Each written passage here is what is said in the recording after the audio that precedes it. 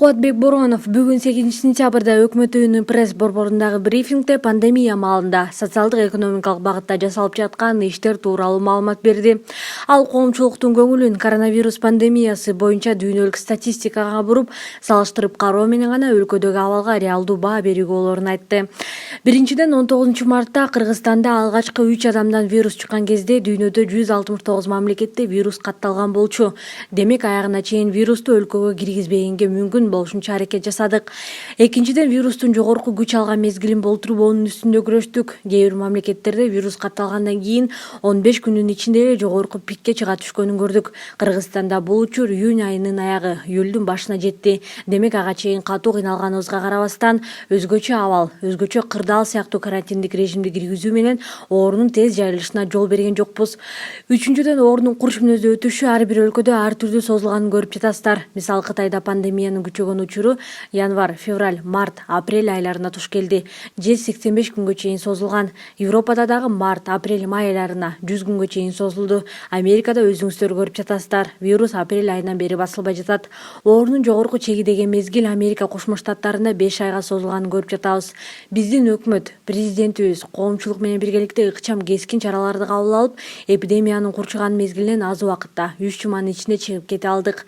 Төртүнчүдөн Кыргызстан лабораториялык тастыктаган COVID-19 оорусуна чалдыккандар менен ак жайдын күнү пневмония менен ооругандардын санын оорунун козгогучу бирде бириктирип санагандан качкан жокпуз. Ошол эле мезгилде өнөктөш өлкөлөр пневмония менен ооругандарды статистикага кошкон жок. Өздөрү дагы бул туурасында ачык эле айтып жатышат, дейди өкмөт башчы. Премьер Кыргызстандагы эпид кырдаал толугу менен жакшырып кетти деп айтуудан таптакыр алыс экенин билдирди. Ал ушул себептүү коомдук жайларда, билим берүү мекемелеринде санитардык эпидемиологиялык талаптар сакталып жатканын кошумчалады. Жаз-күз мезгилинде каптоочу сасык тумоодон алдын алуу үчүн гриппке каршы вакцина сатып алуу максатында 221,5 миллион сомго буйрук чыгардык. Бул каражатка 700 000 доза вакцина сатып алынат.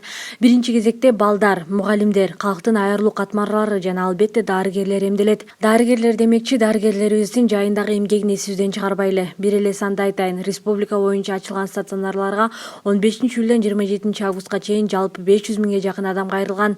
Анын ичинен 357 760 адамга укол сайылды, капельница коюлган. 142 626 адамга консультация берилген. Бир сутканын ичинде 17-июль күнү 36 125 адам кайрылган. Бүгүнкү күнгө карата стационарлар консервацияланып жабылды. Ал эми коронавируска тартылган ооруканалар өз багытында иштеп баштады. Коронавирус менен күрөшүүдө адам ресурстарынын ичинен дарыгерлерибиздин эмгеги баа жеткис. Ошондуктан өкмөт эпидемиологиялык очоктордо иштеген дарыгерлер үчүн айлык маянасына үстү кошумча компенсациялык төлөмдөрдү үзгүлтүксүз берип келе жатат. 2020-жылдын 26-августуна карата компенсациялык төлөөлөрдүн жалпы суммасы 785,4 миллион сомду түздү. 1-сентябрда өкмөттүн чечими менен 2020-жылдын аягына чейин кошумча 640 миллион сом бөлүндү. Бөлүнгөн каражаттардын жалпы суммасы 1 миллиард 425 миллион сом. Премьер салынып жаткан ооруканалар туурасында дагы кыскача маалымат берди. Ал 4-сентябрга карата 7 ооруканада иштер бүткөнүн айтты. Алар Кара Суу районунун Бешбулак айылындагы номер 59-кесиптик лицейдин профили өзгөртүлдү. 150 орундуу оорукана. Орловка шаарындагы 45 орундуу оорукана толук ремонттолду. Баткен шаарындагы поликлиниканын эски имараты капиталдык ремонттон өткөрүлүп, 90 орундуу оорукана түштү. Жалал Абад шаарында хирургиялык борбору 100 орундуу оорукана.